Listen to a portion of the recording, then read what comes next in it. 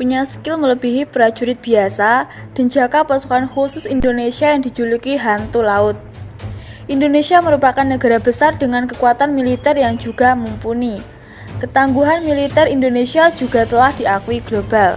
Misalnya dalam laporan media Cina 163.com yang mengupas kehebatan militer Indonesia. Dalam laporan media Cina itu menyebutkan bila militer Indonesia telah menjelma menjadi raksasa tangguh di ASEAN. Indonesia saat ini menduduki peringkat atas kekuatan militer terbesar di Asia Tenggara. Kemudian dalam skala internasional, menurut data yang berhasil dihimpun 163.com, menuturkan jika Indonesia menduduki peringkat ke-15 dunia. Ini menunjukkan bahwa kekuatan militer Indonesia memang tak bisa dianggap remeh dan sebelah mata. Lantaran Indonesia memang memiliki kekuatan militer yang sangat tangguh. Indonesia memiliki potensi besar untuk pembangunan militer, tulis media Cina itu. Menurut pemeringkatan militer terbaru media asing, kekuatan militer Indonesia naik ke peringkat 15 dunia. Peringkat ini melampaui banyak kekuatan militer tradisional seperti Jerman di nomor 16, Australia di nomor 17, dan Israel di nomor 18. Wajar jika militer Indonesia menempati urutan pertama di Asia Tenggara.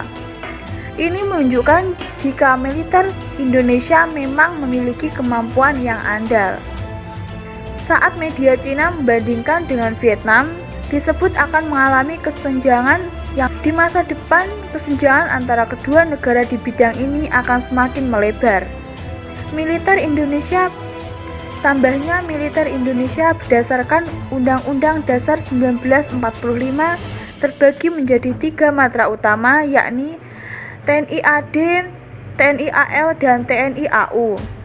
Tentara Nasional Indonesia terdiri atas Angkatan Darat, Angkatan Laut, dan Angkatan Udara sebagai alat negara yang bertugas mempertahankan, melindungi, dan memelihara keutuhan dan kedaulatan negara.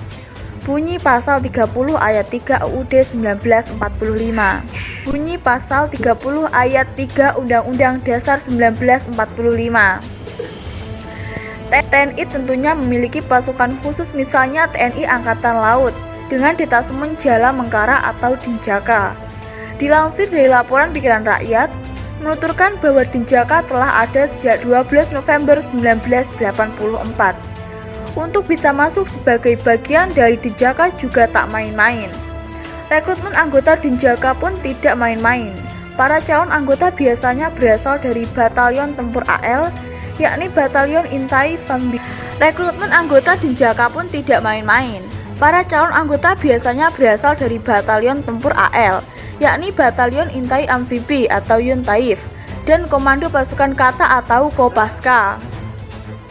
Tulis Pikiran Rakyat 5 Juli 2020. Setelah mengikuti seleksi ketat, tidak banyak yang bisa melanjutkan pendidikan khusus di Denjaka. Durasi latihan mencapai 6 bulan lamanya. Biasanya, dari ratusan prajurit yang mengikuti seleksi, hanya 50 prajurit saja yang diterima sebagai calon anggota Denjaka. Setelah lolos, mereka mengikuti serangkaian latihan berat yang disiapkan. Selain digembleng di markas Marinir Deladak Jakarta, mereka juga dilatih di Puslatpur Situbondo, Jawa Timur. Mereka dilatih berbagai keterampilan operasi tempur, seperti penyusupan dan sebagainya, dengan berbagai medan, baik itu di laut, sungai, maupun hutan. Sebagai contoh betapa beratnya latihan seorang anggota Denjaka dalam kondisi kaki tangan terikat, mereka dilempar dari helikopter ke laut. Dalam tempo singkat mereka harus bisa melepaskan ikatan di tangan dan kaki mereka. Tak hanya itu dijelaskan bila guna melatih daya tahan prajurit, mereka juga menjalankan survival tengah hutan selama berhari-hari. Biasanya mereka dilepas di tengah hutan angker di Banyuwangi, yaitu Alas Purwo. Mereka tidak dibekali apapun kecuali bayonet dan garam, tidak ada ransum, korek api atau bahan bakar. Operasi senyap di malam hari juga mereka jalani. Mereka melakukan penerjunan dengan parasut dan harus mendarat tepat di sasaran tanpa diketahui musuh.